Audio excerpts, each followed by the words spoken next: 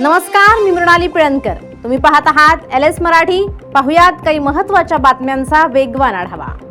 एकनाथ शिंदे साहेबांच्या नेतृत्वात काम करणार, ओमराजे निंबाळकरांची घोषणा. निकालानंतर मुख्यमंत्र्यांचाही फोन.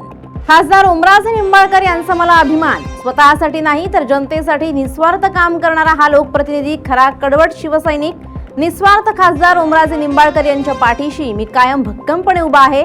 एकनाथ शिंदे यांची प्रतिक्रिया. सत्तेत येताच कामाला सुरुवात. ओमराजे निंबाळकरांनी आरोग्यमंत्र्यांना केला फोन. एका अधिकाऱ्याच्या बदलीचा विषय आरोग्यमंत्र्यांसमोर मांडत तातडीनं कार्यवाहीचे आदेश. विधान परिषदेच्या निवडणुकीचा आज निकाल. 6 जागांवर बिनविरोध विजयी. छत्रपती संभाजीनगर, नाशिकसह उर्वरित 11 जागांचा आज फैसला. बेस्ट कर्मचाऱ्यांचा संप अखेर मागे. कर्मचाऱ्यांना वेतनवाढीसह प्रलंबित ग्रॅच्युटी देण्याची उपमुख्यमंत्री एकनाथ शिंदेंची घोषणा. सार्वजनिक वाहतुकीचा कणा मानल्या जाणाऱ्या PMPLच्या भोंगळ कारभाराचा आणखी एक नमुना देहू रोडमध्ये समोर. बसने प्रवास करत असताना प्रवाशांवरच बस ढकलण्याची वेळ. PMPL प्रशासनाच्या देखभाल व्यवस्थेवर गंभीर प्रश्नचिन्ह उपस्थित. मुळशी तालुक्यातील शेतकऱ्यांची नजर आभाळाकडे. भात रोपं जगवण्यासाठी अक्षरशः धडपड. मृग नक्षत्र संपत आलं तरी पावसानं पाठ फिरवल्यानं शेतकऱ्यांवर मोठं संकट.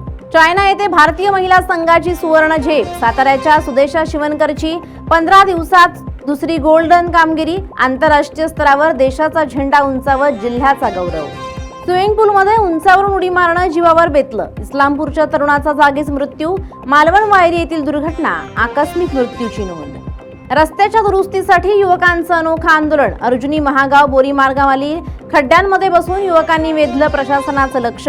खड्डेमुक्त रस्ता द्या, युवकांची मागणी. या होत्या आताच्या घडीच्या काही महत्त्वाच्या बातम्या. अशाच महत्त्वाच्या बातम्यांसाठी पाहत रहा LS मराठी.